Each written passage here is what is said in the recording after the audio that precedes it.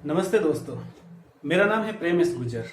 आज हम किसी एक अलग टॉपिक पर बात करेंगे जो कि आपको कोर्स में है या कहीं पर भी आपको वो टॉपिक नहीं मिलेगा। मैं बात करूंगा अवचेतन मन की शक्ति के बारे में। एक किताब है, डॉक्टर जोसेफ मर्फी ने बहुत अच्छी किताब लिखी है इसके ऊपर।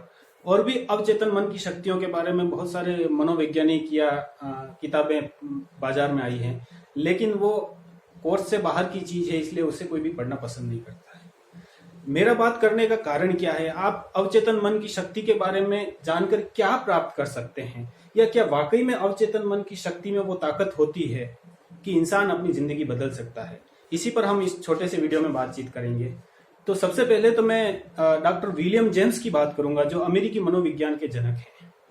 डॉक्टर विलियम जेम्स ने एक बात कही थी। उन्होंने कहा था कि आपके अवचेतन मन में इतनी शक्ति है कि वो दुनिया को हिलाकर रखने की ताकत रखता है। तो कहीं न कहीं आपको इस बात को मानना पड़ेगा कि आपका जो अवचेतन मन है उसके अंदर बहुत जबरदस्त पावर है। अब अगर खास तौर से डॉक्टर जोसेफ मर्फी की इस किताब को मैं केंद्र में रख के बात नहीं करूंगा, इसकी तो खैर बात है ही है, ये पूरी किताब ही उसके ऊपर लिखी गई है। लेकिन मैंने बहुत सारी, मुझे किताबें पढ़ने का शौक है और सेल्फ हेल्प की तो विशेष तौर से बहुत सारी किताबें पढ़ी है। तो मैंने सोचा कि क्यों ना एक वीडियो बनाया जाए और आपको इस चीज के बारे में और थोड़ा क्लियर किया जाए। अब मैं सबसे पहले बात करूंगा कि अवचेतन मन के बारे में। आप लोग, बहुत सारे लोग नहीं जानते होंगे कि आखिर ये अवचेतन मन होता क्या है या क्या चीज है। जो लोग, जिनका विज्ञान क्षेत्र नहीं रहा है या जो गांव के युवा हैं, अभी पढ़ रहे हैं बच्चे, वो भी बहुत सारे इससे ना वाकिफ होते हैं। तो मैं संक्षेप में बताऊंगा कि हमारा जो मस्तिष्क है वो दो भागों में बांटा गया मोटे तौर पे। चेतन मस्तिष्क यानी कॉन्शियस माइंड, और दूसरा है अवचेतन मस्तिष्क यानी सबकॉन्शियस माइंड। अब जो हमारा अवचेतन मस्तिष्क है वो हमारी जिंदगी को संचालित करता है 95 से 99%। यानी कि मेरी बात समझिए, 90 से 95 से लगाकर 99% हम जो चलते हैं, सोचते हैं, जो काम करते हैं, वो सब हम सबकॉन्शियस माइंड से करते हैं। कितना प्रतिशत है? और वो सबकॉन्शियस माइंड के बारे में ही अगर हम नहीं जानते हैं तो हम फिर क्या जानते हैं? फिर हमारी जिंदगी कैसे चल रही है, हम उसको किस तरीके से कंट्रोल कर सकते हैं, उसके बारे में भी हम कुछ भी नहीं जान पाएंगे। और फिर अगर हमारे साथ कुछ बुरा होता है तो हम कोई दूसरा एक्सप्लेन या उसको दूसरा कारण बता देते हैं कि डेस्टिनी ऐसी है मेरी, इस तरह से। तो आपका जो अवचेतन मन है वो किस तरह से आप कंट्रोल में कर सकते हो, जैसा विलियम जेम्स ने बताया है, जैसा डॉक्टर जोसेफ मर्फी ने बताया है, और भी कई मनोवैज्ञानिक इस बात को प्रमाणित करते हैं कि आप अपने अवचेतन मन को कंट्रोल में कर सकते हैं।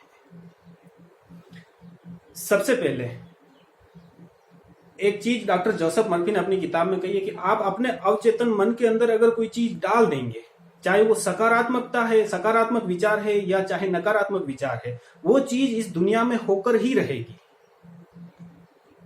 सारे लोगों का ये मानना है कि अवचेतन मन के अंदर हमने अगर कोई विचार बीज की तरह बो दिया है तो वो इस दुनिया में, इस रियलिटी में आकर ही रहेगा 100%। या तो आपने सही तरीके से नहीं बोया है उस बीज को, या फिर आप बोने में असफल हैं उसको। अगर आपने बो दिया है उस बीज को तो वो रियलिटी में आकर ही रहेगा।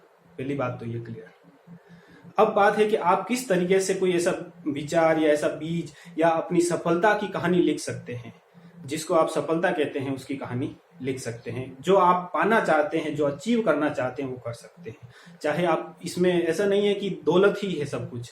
इसमें चाहे आपको कक्षा में टॉप करना हो, चाहे आपको कोई भी चीज प्राप्त करनी हो, पर्टिकुलर व्यक्ति से आपको कोई संवाद करना हो, सब चीजों को आप कंट्रोल कर सकते हैं अपने अवचेतन माध्यम से। अब देखिए,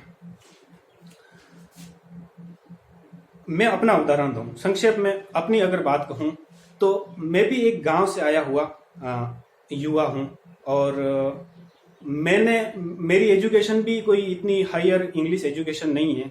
उसके बावजूद भी मुझे बस किताबें पढ़ने का बहुत शौक है। तो किताबें पढ़ते पढ़ते आप सोचिए कि एक गांव का बच्चा, एक दूध बेचने वाले का बच्चा शिक्षा विभाग में प्राध्यापक बन सकता है, राजस्थान शिक्षा विभाग में। और उसके बाद वहीं पर नहीं रुकता है, उसके बाद आगे बढ़ता है, एक उपन्यास लिखता है फिलोसोफर स्टोन नाम से, जो कि अमेजन की बेस्ट सेलर सूची में भी शामिल हुआ है, वो फिर भी नहीं रुकता है, वो और आगे बढ़ता है और वो स्क्रिप्ट राइटिंग शुरू कर देता है। मैं फिलहाल वर्तमान में स्क्रिप्ट राइटिंग भी करता हूँ, एक वेब सीरीज भी लिख रहा हूँ, बहुत जल्दी वो आने वाली है। और किताबें पढ़ने का मुझे बहुत शौक है। तो मेरा ये मानना है कि अगर जो नॉलेज मैंने गेन किया है वो अगर मैं एक वीडियो में आपको दे सकता हूँ, जो अवचेतन मन की शक्ति के बारे में मैंने सारी किताबों में पढ़ा है, बहुत सारी किताबों में पढ़ा है, उसके बारे में अगर मैं एक वीडियो में आपको संक्षेप में दे सकूं तो इससे बेहतर और क्या हो सकता है। चलिए, तो मेरी कहानी को माध्यम मानते हुए, क्योंकि मैंने इसके ऊपर बिलीव किया है, मैं आज भी करता हूं। और मेरी बात नहीं कर रहा हूं शेक्सपियर से लगाकर बड़े बड़े लेखक हैं, बड़े बड़े विद्वान हैं, बड़े बड़े सफल लोग हैं, चाहे आप यूट्यूब पे उनका इंटरव्यू पढ़ लीजिए, वो सभी अपने अवचेतन मन को कंट्रोल करते रहते हैं। हम हमेशा कोशिश करते रहेंगे तो हो जाएगा, एक दिन में नहीं हो सकता है। इसलिए आपको अपने अवचेतन मन के बारे में हमेशा कोशिश करते रहना चाहिए कि आप उसके अंदर नकारात्मक विचार नहीं डालें, सकारात्मक विचार डालें, पॉजिटिव थॉट डालें। आप जो पाना चाहते हैं उसके बारे में सोचें, बाकी किसी चीज के बारे में नहीं सोचें। आपको आपके साथ अगर कुछ बुरा हो रहा है, जैक मा ने कहा था कि if you complain nobody can help you. अगर आप कंप्लेन करेंगे तो कोई आपकी सहायता करने वाला नहीं है। तो आप कंप्लेन करना बंद कीजिए। अभी थोड़ी परिस्थितियां खराब है, लॉकडाउन है, लोग कंप्लेन कर रहे हैं कि अब क्या होने वाला है, जिंदगी खराब हो गई है, दुनिया नष्ट हो गई है, कुछ भी नहीं होने वाला, उद्योग धंधे। मैं उन लोगों से कहना चाहता हूं कि संभावनाओं का संसार है ये। अगर आप कोई भी एक छोटी सी संभावना ढूंढ सकते हैं इस हालात में भी, और उसको पकड़ के, उस आइडिया को पकड़ के, और आप अपने पैशन की तरफ आगे बढ़ सकते हैं और चाहे जो नया सृजन कर सकते हैं, तो वो सारी चीजें अवचेतन मन की शक्ति से होगी और बहुत जरूरी है ये। अब संक्षेप में, मैं अंत में ज्यादा इस वीडियो को लंबा नहीं खींचूंगा। अगर आपकी प्रतिक्रिया अच्छी रही तो मैं किसी और विश्वास की शक्ति के बारे में और बात करेंगे कभी।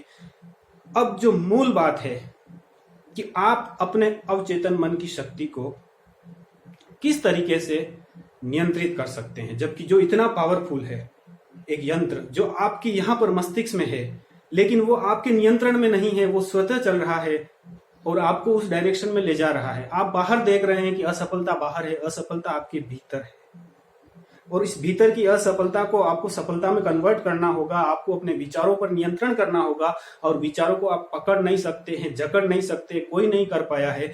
उसके लिए बस सीधा सा सिंपल सा एक ही तरीका है कि आप हमेशा अपने सुखद भविष्य के बारे में सोचिए। आप जो क्या चाहते हैं जिंदगी में, अपने से क्या चाहते हैं, उसके बारे में सोचिए। आप अगर उस पर फोकस होंगे तो आपको सारे रास्ते अपने आप मिल जाएंगे।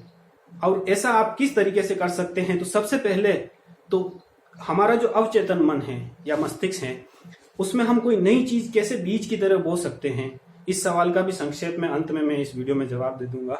और आपसे निवेदन है कि अगर आपको मेरा ये प्रयास अच्छा लगा तो आप मुझे कमेंट में बताइए, ताकि मैं और भी नए किसी और टॉपिक पे किसी नए तरीके से वीडियो बना सकूं। तो अब सवाल ये उठता है कि आप किस तरीके से इस बीज को बो सकते हैं। तो संक्षेप में, हम जब डॉक्टर जोसेफ मर्फी और विलियम जेम्स और सारे मनोवैज्ञानिक इस बात से सहमत हैं कि रात को जब आप सोने जाते हैं बिस्तर में, सोने से 5 मिनट का पहले का समय, जब आप कॉन्शियस से अनकॉन्शियस की तरफ या चेतन से अवचेतन मन की तरफ जाते हैं, उस समय आपके विचार धीरे धीरे शिथिल होने शुरू हो जाते हैं। तब आपका चिंतन कम हो जाता है और थॉट वाइब्रेशन है वो लगभग शून्य की तरफ चला जाता है। उसी समय अगर आप कोई पॉजिटिव चीज सोच रहे होंगे तो वो आपके दिमाग में चली जाएगी। हालांकि ये इतना सूक्ष्म टाइम है कि आप इसको जज नहीं कर पाते हो कि वो गया कि नहीं। तो इसके लिए आपको क्या करना है कि रात को सोते समय हमेशा ईश्वर से प्रार्थना करना है, जो जिंदगी में मिला है उसके प्रति शुक्रगुजार रहना है, और आप क्या चाहते हैं उसकी पिक्चर देखते रहना है दिमाग में।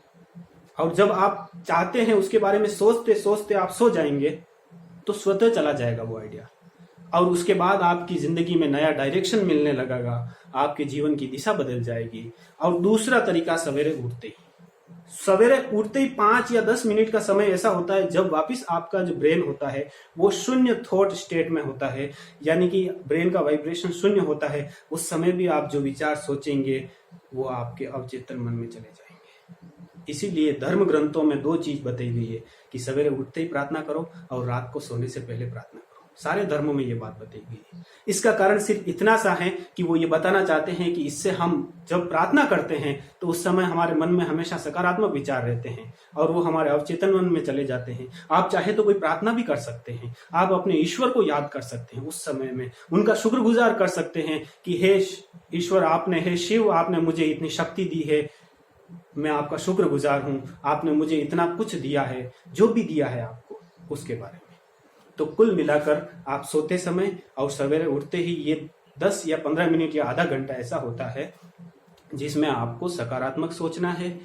कुछ नहीं कर सके तो आप कोई किताब भी अगर नहीं पढ़ पाए तो आप वीडियो भी चला लीजिए, कोई पॉजिटिव सोच वाला, किसी बड़े अब्दुल कलाम साहब का इंटरव्यू का वीडियो चला लीजिए या कोई मोटिवेशनल वीडियो चला लीजिए या मेरा वीडियो भी देख सकते हैं अंत में। तो इस तरह से आप अपने दिमाग में सकारात्मक विचार डाल सकते हैं। ये तो है ये 2।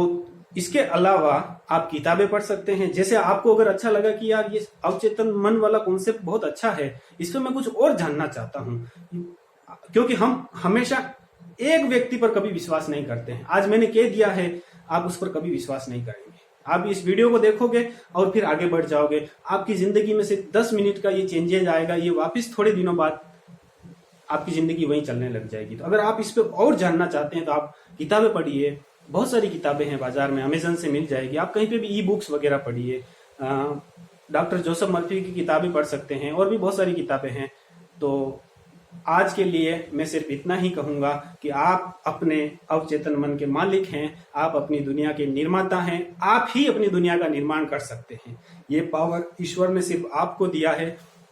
इसलिए आज ही से जितनी भी बुराइयां या जितनी भी नकारात्मकता है उन पर फोकस मत कीजिए, सकारात्मकता पर फोकस कीजिए। आप जो चाहते हैं वो बनने की कोशिश कीजिए, उसके बारे में सोचते रहिए। धन्यवाद। मैं हूं प्रेम एस गुर्जर। थैंक्स।